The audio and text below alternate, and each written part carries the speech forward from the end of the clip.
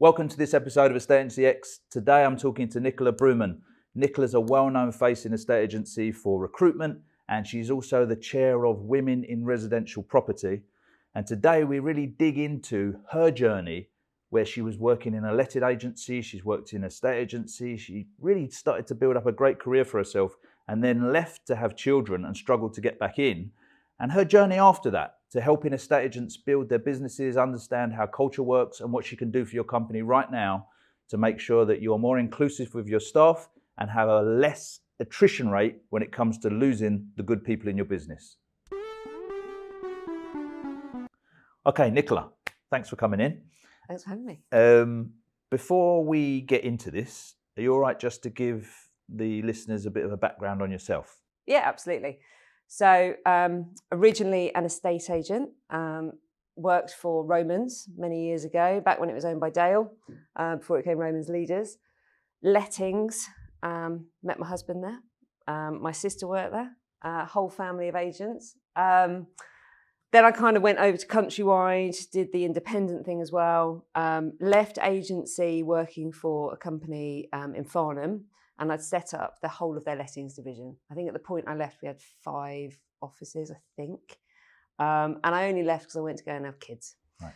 So I got 3. They are 8, 12 and 13. So 13 years ago is when I stepped out of agency. And do you know what? Most people don't know this, but in the middle of when I had my kids, I also was a childminder. Okay. I set up my own childminding business, that entrepreneurial bit coming through. It was hell. Looking after other people's kids is hell. But then I sort of realised that I actually quite like working for myself. And I went into consultancy and I worked with, we lived in Wiltshire at the time, and I worked with a number of small agents, advising them on how to make their business profitable, especially having done cold starts. And the bit I was really good at was, right, what are the problems you've got with people? It was the people bit that I was suddenly realised that actually I'm quite good with that. I understand that. Obviously not children, because it's the child-minding bit, but adults. And then we were looking at things like people strategy. Where do we want to get to? How do we promote? How do we look after them? How do we reduce attrition? All of that kind of stuff. And I loved it. I really loved it. And then we moved from Wiltshire to Buckinghamshire, because of my husband's job. And I thought, do you know what? I might go back and be an estate agent. Been out of it a little while, but still been in it. And I phoned a load of recruiters, and they all said to me, "Oh, Nick, you've been out of the industry for too long. We haven't done lots of legislation's changed, blah, blah, blah. You'll have to go back and be like a senior neg." Right. Because the bar's so high. Yeah, exactly. Right? Yeah. I've gone from being a lettings director, doing a cold start, running 5 offices, to an egg. And I'd have to work every other Saturday. And with 3 kids, there is no way on God's earth, A, I can make the childcare costs work, and B, I can make the hours work, because they were saying, you've got to do 8 till 6. Yeah. My childcare was open 8 till 6. So I just couldn't get anything to work. So I thought, do you know what? What about if I tried to do a job where I could influence and change the industry? What about if I tried to come up with, if I had an impactful role in actually trying to educate people about how to make things better? And this is obviously all pre-COVID, when the whole world changed and turned upside down anyway, with that sort of stuff. So I went and became a self-employed recruiter. I worked for somebody else. I very much was kind of left to my own devices, entirely self-taught. But I went back to all the things I knew when I was a lettings agent, when I was, to a certain extent, a childminder, when I was a consultant, and I pulled all of those things together and went, right, what would I want if I was the client, if I was the customer? How would I want to be treated with a recruiter? And then I did a while with them, and then I thought, actually, I'm going to go and do this on my own. And I set up Broomham Recruitment. And Broomham Recruitment did really, really well for the first 3 months of 2020. And then COVID hit, and it was tough. I mean, I had 2 employees at the time. It was tricky. But what I did during that time is I kind of took to social media, because obviously you couldn't talk face to face. Took to social media, and I tried to help everyone. And I sort of said, look, regardless of what industry you are, regardless of your level, if any of you are finding yourselves in a sticky situation, talk to me, and we did webinars with agents together on things like redundancy, and we did CV workshops, we did the good news story with Jonathan Hanford and all of that kind of stuff. And I just tried to be sort of I guess it's cliche and cringy it sounds, a bit of a beacon of positivity. So then what happened when we came out of COVID is obviously the market went nuts, went absolutely crazy. Everyone was hiring, as we know. We were super, super busy, but with no talent, because during COVID, everyone went, sod this, I don't want to be an estate agent anymore. I don't want to be working these hours. And that's when everything shifted in our world in terms of flexible working, in terms of considering the people that were me however many years ago, when I wanted to be an estate agent. Actually, yes, we could do reduced hours to work around childcare. Yes, we could allow you to work from home a bit. No, actually, we don't need you to work every Saturday. All of these started to be considered because the talent pool was so small. Anyway, then that was all good. And then Andrew Deverell Smith approached me and he acquired my business 2 years ago. So when was that? January 2022. I can't remember the dates. January 2022. And I've been with Deverell Smith the last 2 years with exec search, working on sort of group client solutions. I sit at group level, so because within Deverell Smith we've actually got two businesses. We have Hintel and Deverell Smith, and I cover both. And I also have a national role in terms of the estate agency piece. Cool. So that was a very long answer, wasn't it? Yeah, it's great. So, and also you're involved with Women in Residential Property, right? Correct. So I'm the how chair. How does that role work? So Women in Residential Property was set up about 5 years ago by Emma Vigus. Emma did a fantastic job. She saw there was a need for women's networking groups within our space. And come summer, I applied for the role, and I am now chair of Women in Residential Property for 2 years, which I took up in September. And it's an unpaid role, and we have a whole host of regional reps across the country who do individual events and bits and pieces where they are. And then we have sector ambassadors who are the specialists in their field. So build to rent, block management, later living, estate agency and conveyancing, the whole of resi property. And they share insights and webinars and provide articles of information for us. But the group has two agendas. The first agenda is let's provide a nice networking place where women can come and talk very openly and freely about the challenges they have, make friends, learn about the whole of the resi sector. So that's kind of the nice, soft part of what we do, and sort of the core of the group. But behind all of that is then a much stronger message, which is, I described it earlier as, smash the patriarchy. It's not quite that. It's not so much that, but what we want to do is we want to be able to grow the group so that when decision makers, CEOs, MDs, even HRDs within our industry, within the property industry, are going, oh, we've got a problem when it comes to women, whether it be gender pay gap, senior women at the top, attracting them in the first place, all of those things, they can go, do you know what, we're going to phone Women in Residential Property and we're going to speak to somebody there and get some advice. That's what we want to do. We want to be able to be the go-to for people within residential property who want to understand how they can deal with women in our world better. Yeah, that's good. I mean, I feel quite strongly about some of that stuff, just because some of the things that happen with my family and my wife and things like that when she tried to go back to work. Most women who have had kids have been through all of that sort of stuff.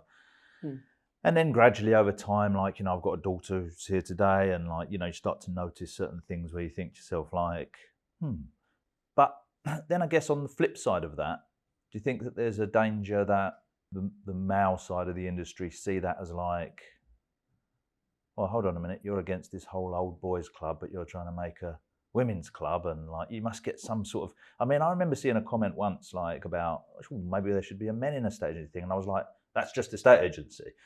But still, I kind of get the point. How do you think you'll find that balance of in the beginning it's great, and then when you achieve your goal of everything being equal, then all of a sudden probably won't be so great, because it'll be like, well, hold on, there's this secret club whereby if I'm a woman, I can speak to these people, and a mate does a mate a favour, and do you know what I mean? I totally get that. I mean, if we can get to the point where everything is equal, I will quite happily, website closed, job done. I guess there is no equality anywhere, is there? Like, for anything. So I suppose that's probably not going to happen. And the main thing, I tell you how what convinced me that this was a good thing, even though before it I thought it was a good idea. I went to an event that was specifically for women in residential property, or I think this one was women in a state agency, but either way, it was it was an event specifically for. And I went to it because I was just interested to listen,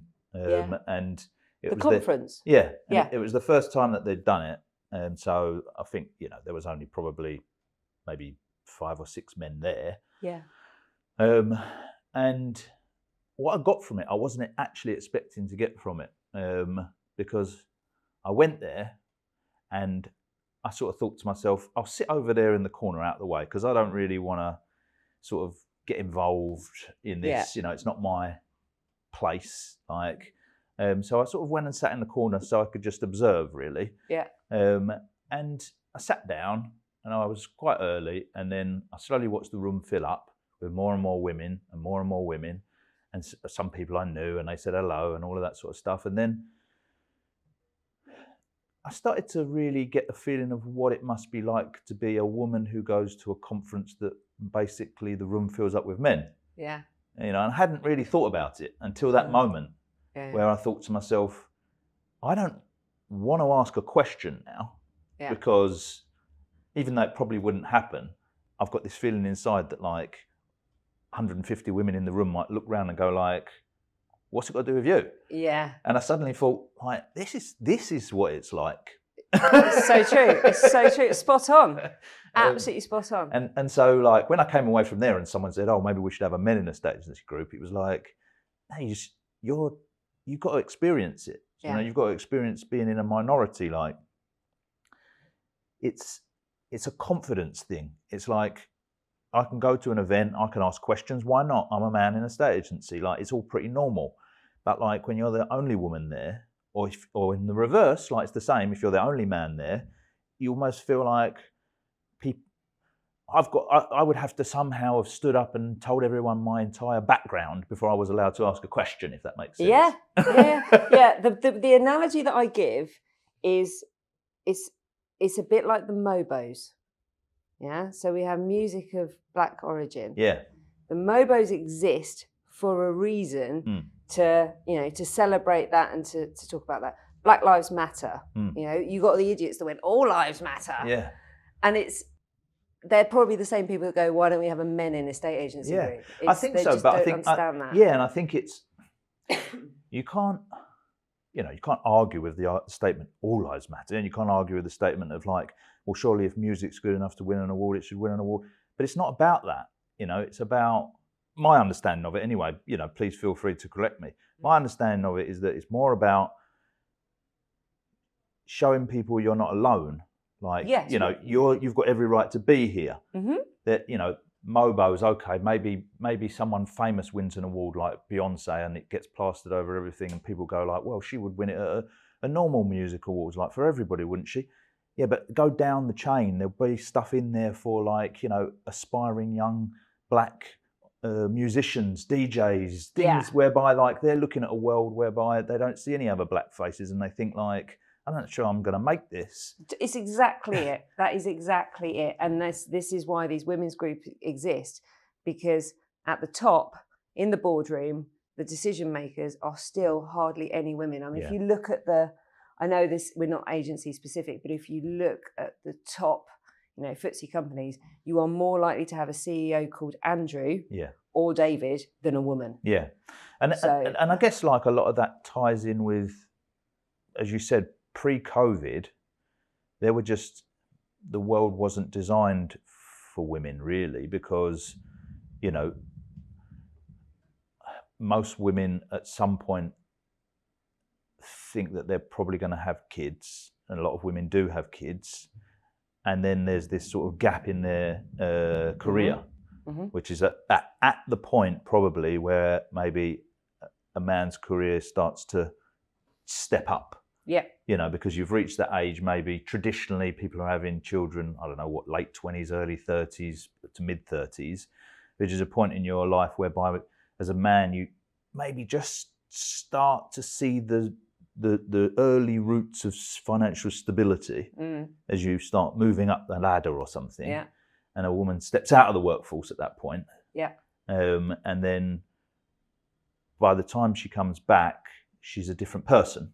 Like mentally and everything, just confidence-wise, in a lot of ways, actually, as well. Hormonally, however you want to look at it, it's like there's this, you know, men pretty much within reason are the same at 17 as they are at like 55. My wife's always saying like I'm just like a child, right? So, but she's been through like many evolutions and will continue to go through them. It's just the way that women are built, right? So then they go reach this point whereby, okay, I haven't got that much maybe confidence to go back into the workplace, but I would like to go back into the workplace. And then met with someone saying to them, you'd have to go back as a junior neg 6 days a week, and immediately like, you might as well have just flattened the person. Yeah, I mean there are statistically for a woman that takes maternity leave of more than 2 years or time out of more than 2 years, it takes 10 years for their career to go back on track. Wow. 10 years. So now I guess, like, you know, again, just playing devil's advocate, maybe a man would say, or maybe many women would say this as well. Maybe someone would say, yeah, but you know, it's just the way it goes. Like, you know, this person who was doing a job, male or female, has had another 5 years of experience and has moved up the ladder 5 stages. So why should you just jump back in there? And I don't think it's, again, please correct me if I'm wrong, I don't think it's about saying, well, you should just jump back in there for equality, but we're just trying to find a place whereby that all works, because there's some people out there with like some incredible skills. You clearly had incredible skills when you wanted to go back in. The job that they told you were going to have to do wasn't the right job for you. Like, you know, you were way overqualified for that role. And there would have been someone somewhere screaming out for your skills. And did they really care that you weren't going to be able to work on a Saturday or until 7 o'clock? Yeah. Like, it was a bigger problem they needed solving than whether you were going to be sat at the desk till 7 o'clock, really, wasn't it? Yeah, completely. So I guess maybe COVID in a way has helped that, where people now, well, you tell me, are people now more open to looking at outcomes rather than output? Or is it still really based on, well, you just have to be here, we don't really care that you've got kids to look after? It depends on the agency as always, but yeah, there is very much more understanding about things. And I think the other thing that's a really big shift is that it's not just women. I think men since COVID are also doing more. So if I stand at the school gates now, 5 years ago stood at school gates, it was 95% women, whereas now I'd say it's probably 60% women. Yeah, and I guess that's the flip side of it, isn't there? Like, you know, men have got this thing about like, you know, well, I don't get to, you know, I don't know, drop the kids off or go to the school plays or do this or that. And now it's, that's their argument, right? It's really changed. But I think flexible working, you know, we talk a lot about how flexible working is for parents. And I don't think it is either. I think flexible working is about everybody, whether you choose to have children or not. You choose to have that opportunity to do flexible working. I think it's still an issue, because at the moment we've got CEOs of big companies like Zoom and Google and things like that are wanting people back in the office full time because of productivity levels or whatever their argument is.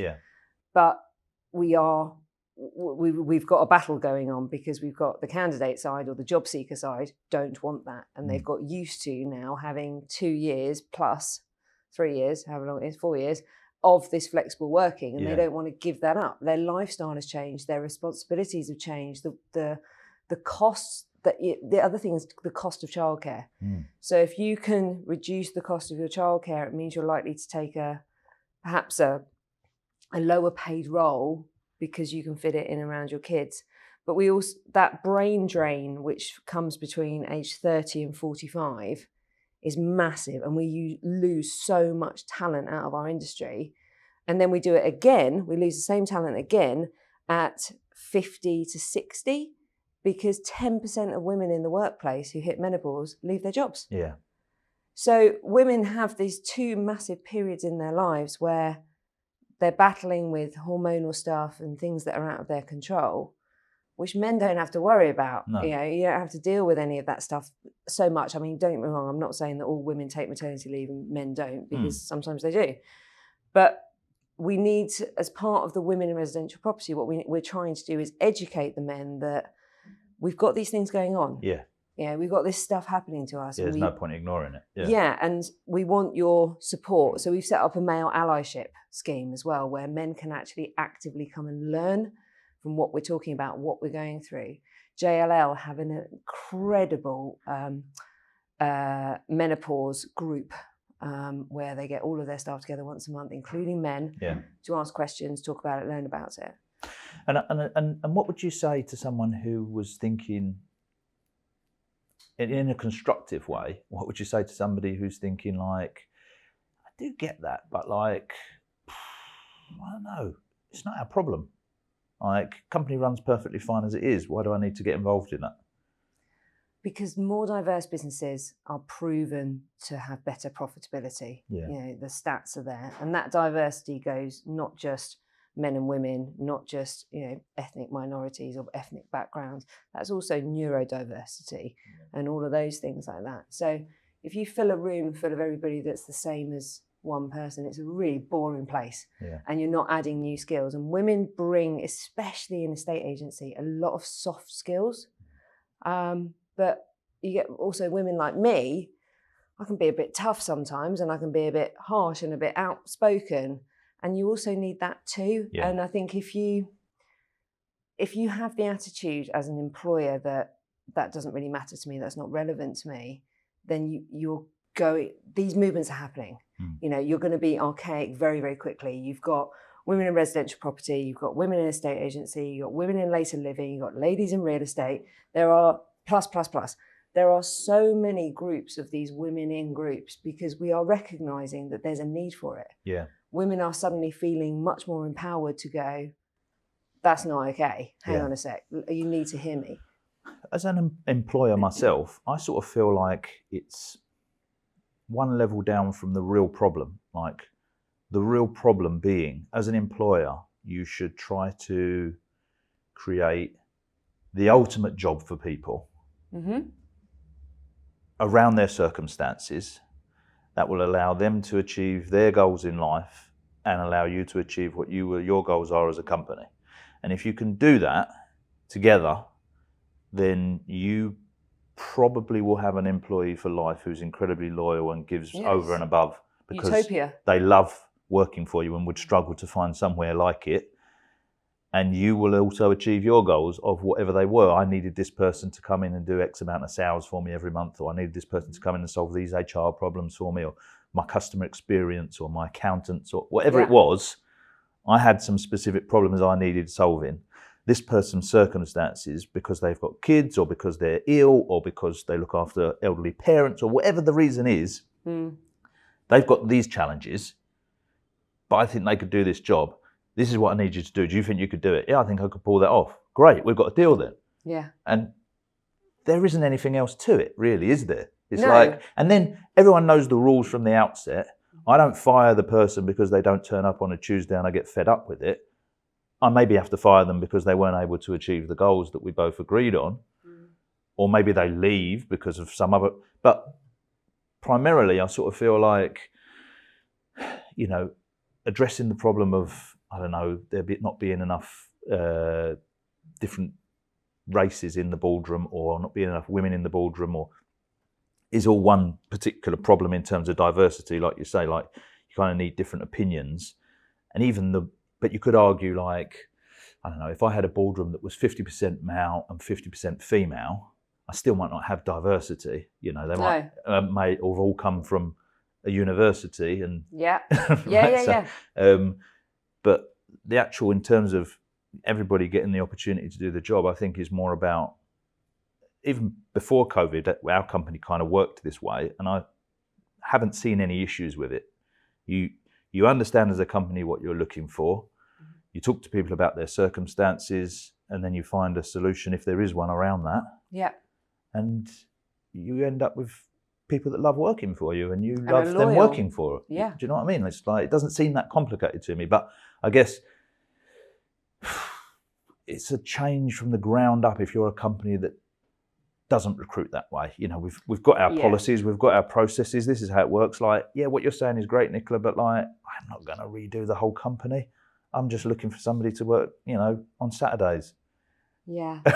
But you know, I saw a post from somebody the other day who said, you know, if you were rebuilding your business again now, you know, and you had a blank piece of paper in front of you, what would you do? And so often we're stuck in this, you know, the Monday to Friday, 9 till 5 goes back to, what is it? Back to way back. mines and when the Industrial Revolution, that's where the Great Depression even. It comes back to that. And the world has changed in every single way since. Yet we're still going back to that way of doing things. But I think we're not saying that, oh yes, we've got to have more women in the boardroom, we've got to have more women seats at the table. You've got to rewind way back before that, because you've got to attract the women in the industry in the first place. And the only way you can do that is with the role models, but also with the training. So, but I love the idea of what you've said, is that you actually look at someone and go, right, here's person, what are their skills, what are they good at, how can they help my business, what do they need, and then let's create something that fits and works. Absolutely. That is the dream, and that's exactly what employers should be doing to get the most out of people. But they create this little box, and if you don't fit in that box, then you're out. And majority of the time, women will fit into part of it and then won't even apply for the job. No. Whereas men will go, oh, I fit in even less of it. Yeah. And we'll go, oh, sod it, I'll just apply anyway. Yeah. I wonder that's confidence. Like you say, that is confidence. That all goes back to the whole lean in thing, right? Like, so I guess, like, one of the things that we do at Iceberg is we give the staff unlimited paid holiday. And it's on the basis of, most people that I say that to go like, how's that work?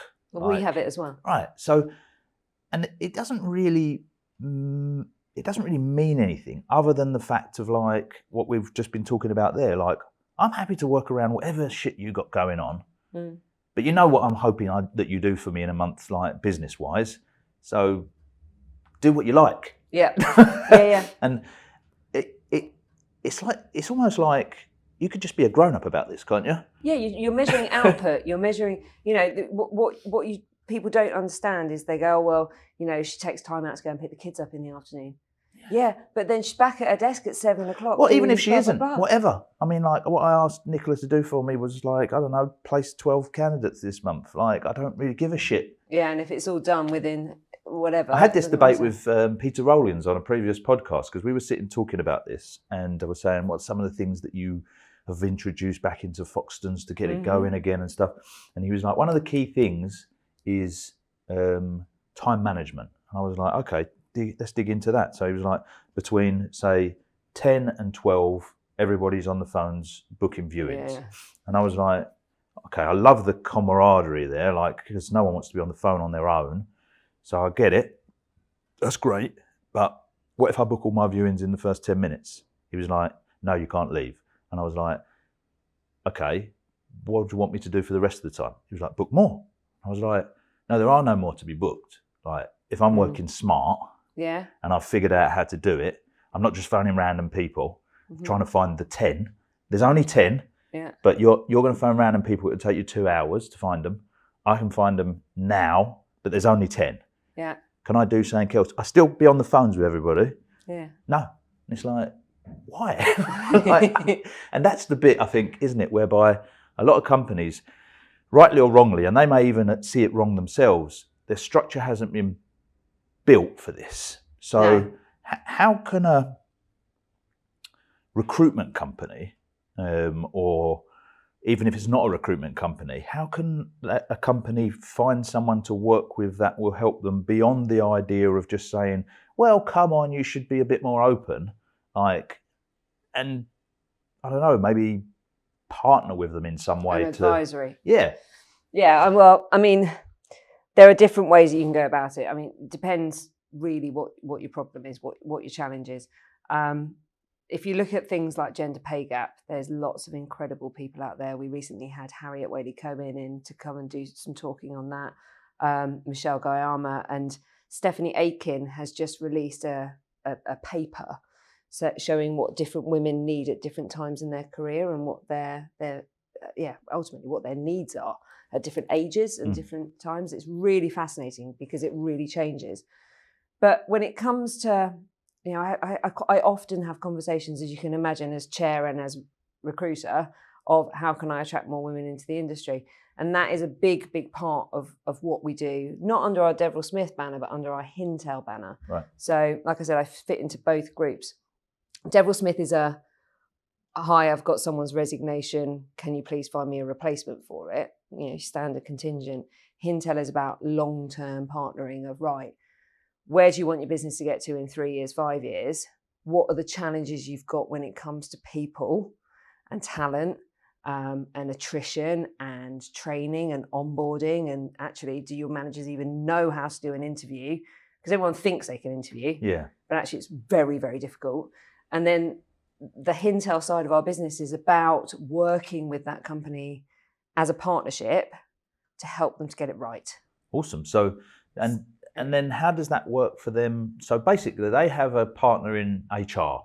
Yeah. It's almost like they've almost reached the stage. If they was a big company like Romans, for instance, they'd probably have this in-house, they've got this, I imagine, in-house recruitment HR side of the business, whereby they're figuring all that stuff out and that's their job. But most estate agencies certainly but many businesses haven't got that. And even if they have, it's potentially a wasted cost because, they're paying for them all the time and they might not need them all the time. So a company could work with Hintel and they could basically have their own HR recruitment arm of the business. Yeah, it's not so much the HR bit, because although we can create that side of it, it's more about, right, what are you spending on talent? Why is it draining your funds? Who are you using? Because it's not Deverell Smith, it's separate. Everything's done under NDA. So who are you using? What is the gender pay gap of the people you're hiring? How are your temp agencies performing? What's your attrition rate? Which areas of your business have you got a leaky bucket? Yeah. Which manager constantly hires and they're gone within 3 months? Right. And it's about looking at all of that stuff and going, right, hang on a second, you're spending $100,000 on recruitment at the moment, and actually you've got massive wastage. Let's come up with a strategy for you to reduce that spend, reduce your costs, and look at different ways in which we can support your business to hire better and make your staff happier. Because if your staff are happier and then they're less likely to leave, so you'll save your costs. So you can help them create a better culture inside their business and better processes for hiring and onboarding and retaining staff. And saving money. And saving money, obviously, it should be a no-brainer for them. It's almost like someone advising you how to reduce your tax bill, right? Yeah. So, but can you actually find them the staff as well, or is that where you would pass it over to Deverell Smith, or how does that bit work? Yeah, we can. So there's loads of different ways we can do it, and it's a bit like the thing is that there is no one size fits all with it, which is what's quite nice. So if you had a company where actually they've got a talent team and that talent team are constantly going to external agency, we'd just give you one of our recruiters. Yeah. We'll lend you a recruiter. They can sit in your business 1 day a week, 5 days a week, and they'll just, rather than paying for a placement, which is what you do with Deverell Smith, pay for time. Yeah. And so we can do things like that. We can do projects where we can give you 4 recruiters for 3 weeks and we just smash it out if you're opening those offices. We could give you a Deverell Smith team. We might outsource actually to a different supplier. We might say, do you know what? This particular supplier that you're working with that isn't Deverell Smith is brilliant.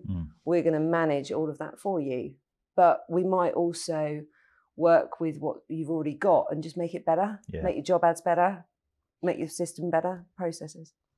I mean, I haven't done I've done recruitment before, but it was in IT. But in terms of estate agency, would you say the problem isn't so much in finding the people, more in the fact that the company has no process for embedding those people and keeping them, or are they both problems? It's both. I mean, the finding the right people in the first place. At the moment, if you were to stick a job advert on Indeed, you're not going to find an estate agent.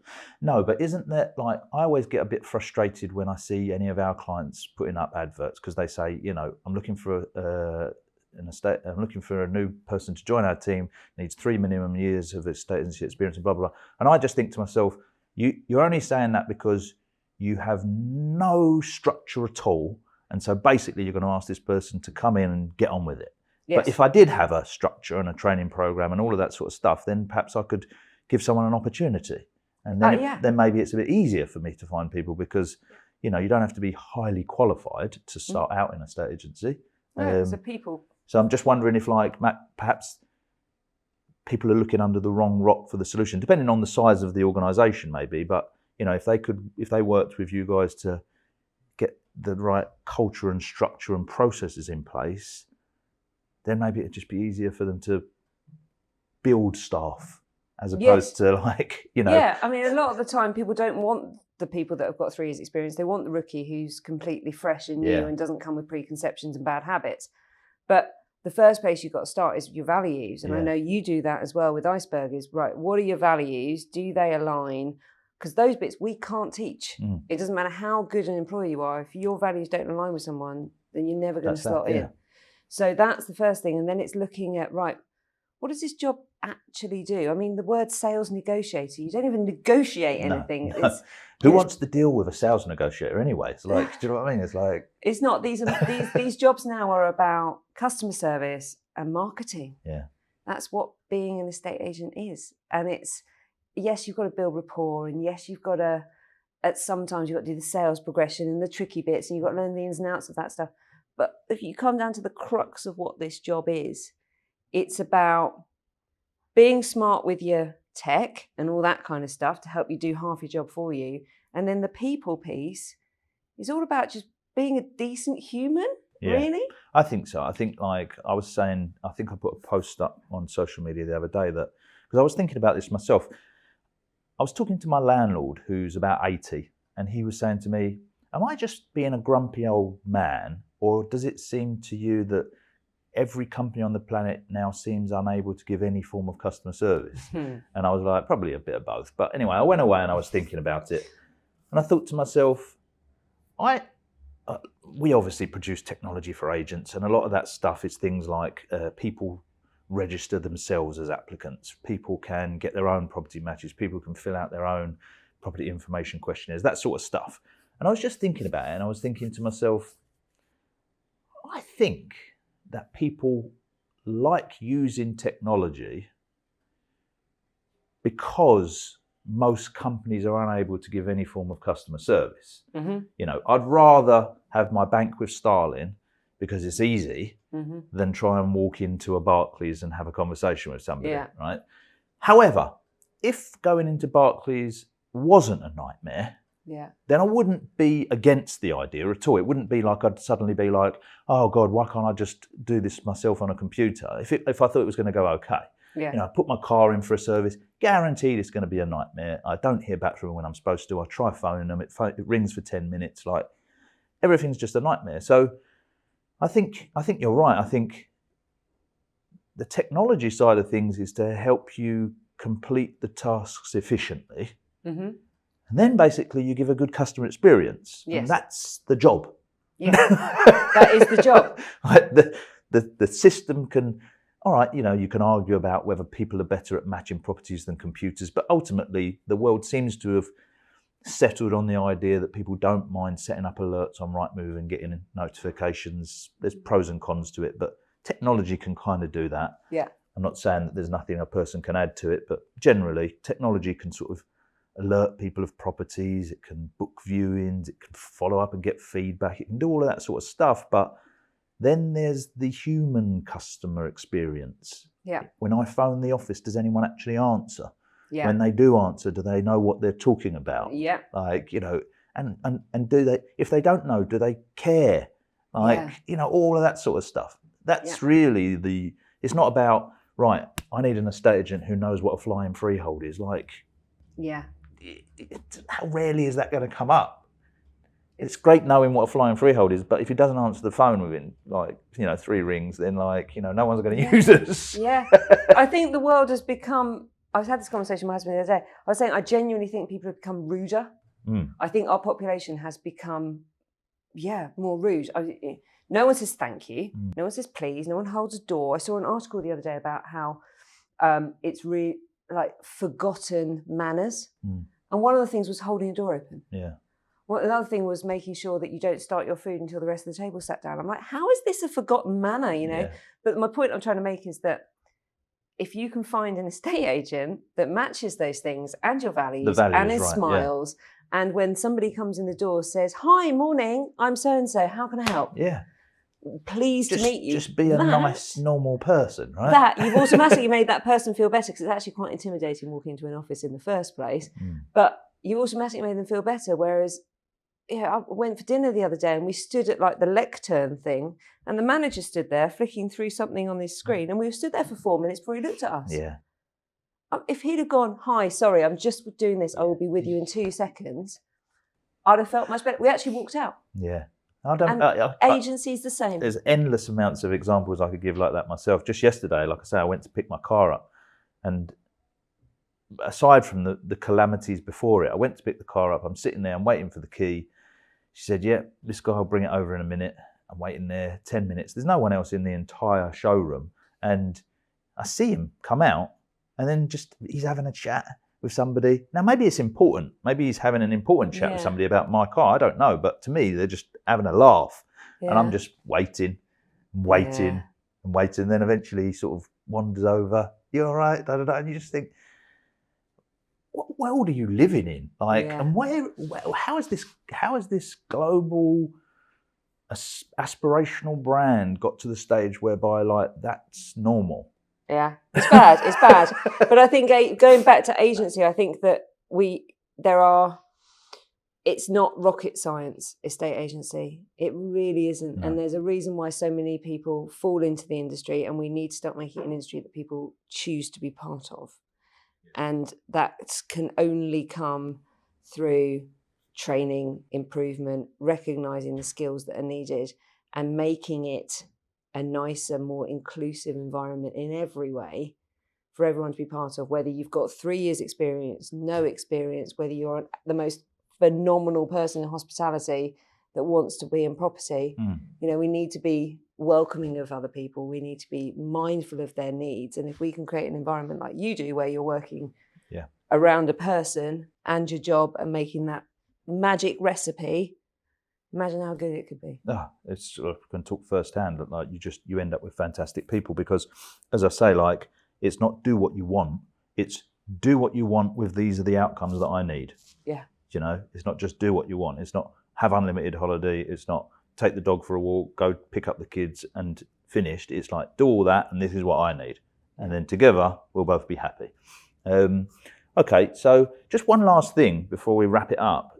I got the impression that service of helping somebody to identify what the problems are in their recruitment, Hintel.